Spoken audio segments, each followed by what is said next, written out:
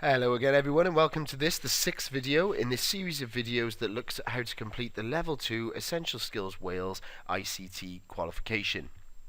Now, in the last video, what we did was we formatted our spreadsheet using cell shading, borders, word art, numerical formatting, text formatting, and images. So in this video, what we need to do now that the actual spreadsheet is completed and we've actually used our development of number and we've developed the actual spreadsheet model, what we need to do is create a chart. And we're going to be creating, well, actually you can choose which chart you use. Now you can either use a pie chart like I've got down here, which is going to show us the breakdown of the costs, or you could use a bar chart like this to show the breakdown of the costs, and it's entirely up to you.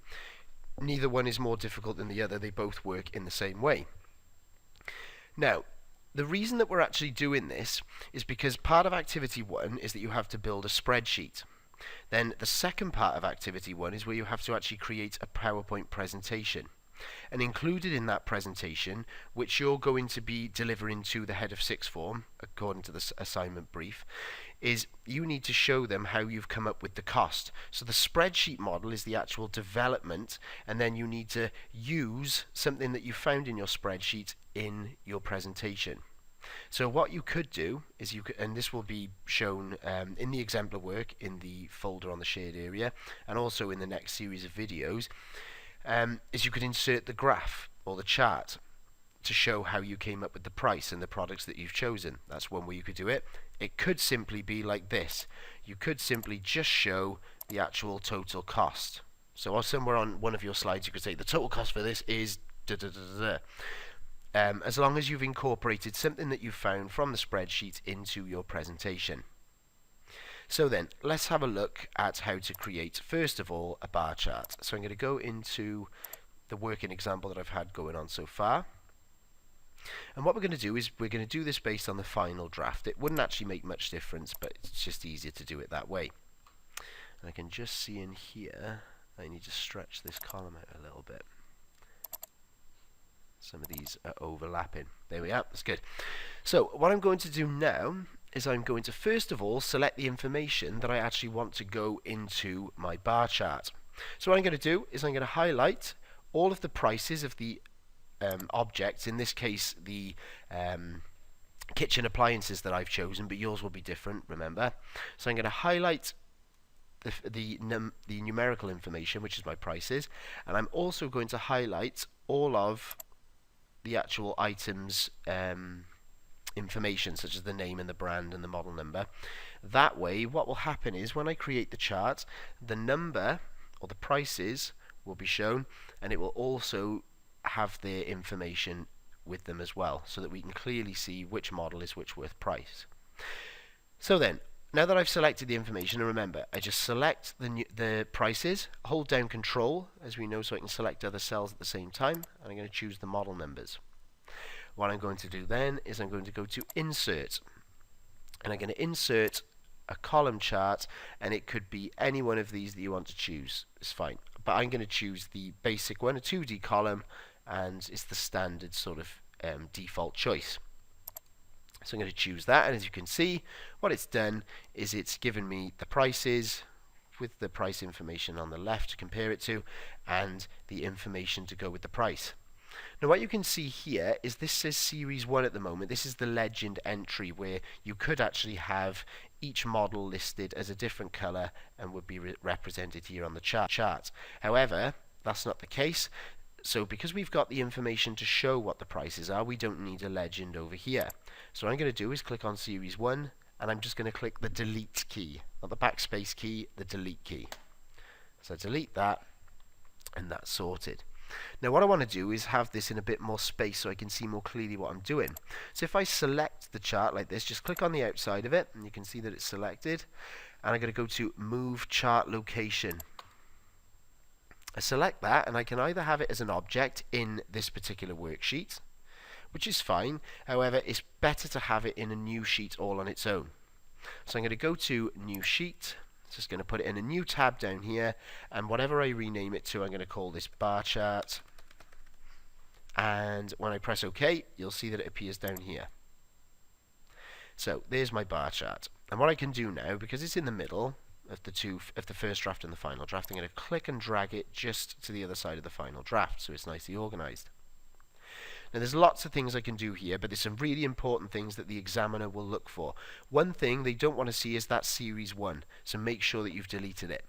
The other thing you need to do when you're in the chart tab like this is you can go to layout and you can choose the chart title. And I'm going to choose one which goes above the chart. Just going to put it up there, and I'm going to call this appliances breakdown, or it could be cost breakdown. And you can see that it appears up here. When I press enter, it changes the title.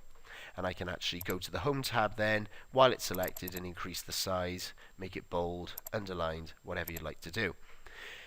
Then what I need to do, the other important thing, is they want to see that you've labeled the axes clearly.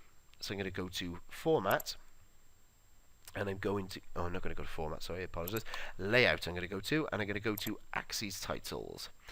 And I'm going to, first of all, put a vertical axis title, and I like to have it horizontal, like this. You could have it obviously going vertically down there, but I like having it like this.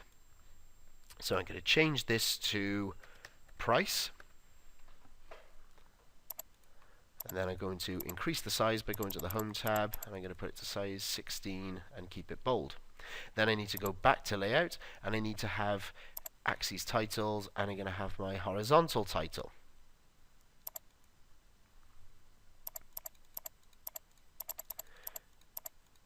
There we go, and I'm going to call this appliances. Now, to make sure that it's not confused there, to be roped in with Russell Hobbs, I'm going to go to the home tab, increase the size to 16, and keep it bold so it stands out. So that's one way to make your chart. Now, the other thing that's really, really useful to do when you make your chart is go to layout again and go to data labels. And what this does is it actually puts the exact price inside the columns. So I could either go to center, like you can see there, which is absolutely fine, or I can put it inside end at the top, and it's entirely up to you. And what I can do then, when I select that, it selects all of them, go to the home tab, increase the size, and make it bold so it's clear again. So the reason we create charts and graphs is so that it's really easy to see the final outcome of all your information. So rather than having to read through lots of information here, I could actually just go straight to the bar chart and say, right, okay, I can see what's been chosen and I can see the actual prices. So that's nice and easy to do. The other thing, very, very quickly, if I want to, is I can double click on the actual columns and I can change the fill, go to solid fill, and I could change those to red, for example. Close that down, and now that one's red. I have to do it individually. But you can play around with that yourself, that's not a problem. See how it goes. Maybe you'd want to have different individual colors, that would be fine. So I could have that there and turn that one yellow. And now it has actually put them all together. So just double click on them, choose a fill color, there we are. Sometimes you can't predict how it's going to work. And close. Okay, just like that. So we've got our titles, we've got our data labels, and an overall chart title. And more importantly, we haven't got series 1 over here. So then, the next one that we can do, if I go back to my final draft, and I've actually still got my data selected. So all I'm going to do now is go to Insert, and I'm going to go to Pie Chart, and I'm going to choose the standard default one again. And what you can see now is that it's already created the breakdown, so it's got my series labels over here. So this is my legend. It says that the Beko, I think that's the washing machine, is actually represented by blue. Russell Hobbs kettle is by red, and the Morphy Richards microwave is green. I could have those the wrong way around, but I'm not 100% sure. But we can see that they're clearly broken down. So then, what I'm going to do next, again, is we have to have certain things. So I'm going to move the chart location again by selecting up there, new sheet, and I'm going to call this pie chart. And I'm going to press OK, and it should appear down here. And again, I'm just going to click and drag on the tab and move it to after the bar chart.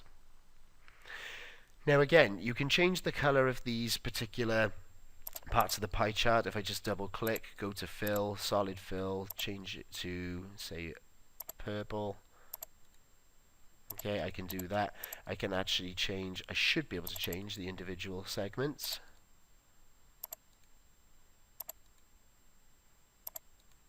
Yeah, like that. Just so click on one first, then double click it, and go to fill, solid fill, change the color, like that. So you can make it as bright as you want, but it doesn't really matter. So what we need to do then is I need to add in my data labels again. So I'm going to go to layout and choose data labels. And this time what I'm going to do is I'm actually going to go all the way down and choose more data label options. Now what I want to have included in it is the value, which you can just about see there, which is going to show, which is great. But I also, because when we print this, it'll actually be black and white, so it's not necessarily very clear when we do print it as to which color is represented to which item. So what we're going to do is put in the category name, just select that box, and when I close it, you can see that it actually puts those in for me nicely. And again, I can change the size, go to home, increase the size, make it bold. And with the data labels again, I can put them either outside like that, or I can put them in the center like I had, inside and like this. It's entirely up to you. So the next thing I need now, I don't have to label the axes because there aren't any actually axes, but I'm going to put a title in there. I'm going to put it above the chart, and again I'm just going to call it costs breakdown. There we go. Press enter and that's sorted. And I go to home and I'll increase the size of that again. And there we can see we've now got a pie chart which we could also print off. So you need bar charts or a pie chart. It's entirely up to you. So then, in summary, if you're going to be creating a bar chart, just remember that you must not have the legend labeled as Series 1, as the examiner will not like that at all, because as far as they're concerned, the chart hasn't been formatted properly. However, if you do use a bar chart, it should, or it must contain really, it must contain data labels, where it shows the prices in the columns, axes titles indicating price on the side, and the appliances or whatever the case may be on the bottom for the horizontal title. And it should also have a chart title so that it clearly indicates what the information is showing. And then also, if you choose a pie chart, it should contain the following. You've got data labels, but remember the data labels, because we're printing in black and white, should include the category names, so that it clearly shows which segment of the pie chart is for which appliance or which piece of furniture, whatever the case may be. And again, it should always have a chart title, just to make sure that it's easy for the reader to understand exactly what the information is. Remember that all of this information and all of this example work you can actually see in the shared area, and also these things that you do need to have are also on the checklist, so don't forget to consult the checklist.